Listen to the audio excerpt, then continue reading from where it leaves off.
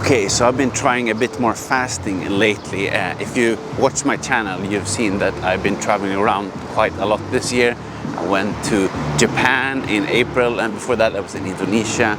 And I was also in China together with my parents, and also another trip in China and then Sweden. So I've gained some weight, and I've been thinking about how can I get back on track and reach my goals in the best way possible. And fasting came up. So some of you maybe have heard about the keto diet. Basically, you don't eat any carbs because the body produces ketones without actually eating the carbs where you get energy from. So on Friday I had some fruits in the afternoon. Basically this week I've been doing fasting in the morning, and then after maybe fasting for like 14 hours or so, I just have a protein shake.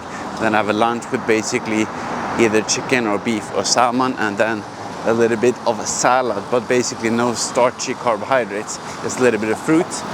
But I cut that out on Friday, and no carbs at all for dinner. And then yesterday, Saturday, I just had some steak and also some minced beef actually for dinner on Friday. So basically no carbohydrates. Felt great. I did a 24-hour fast. No problem, actually. It was easier than I thought.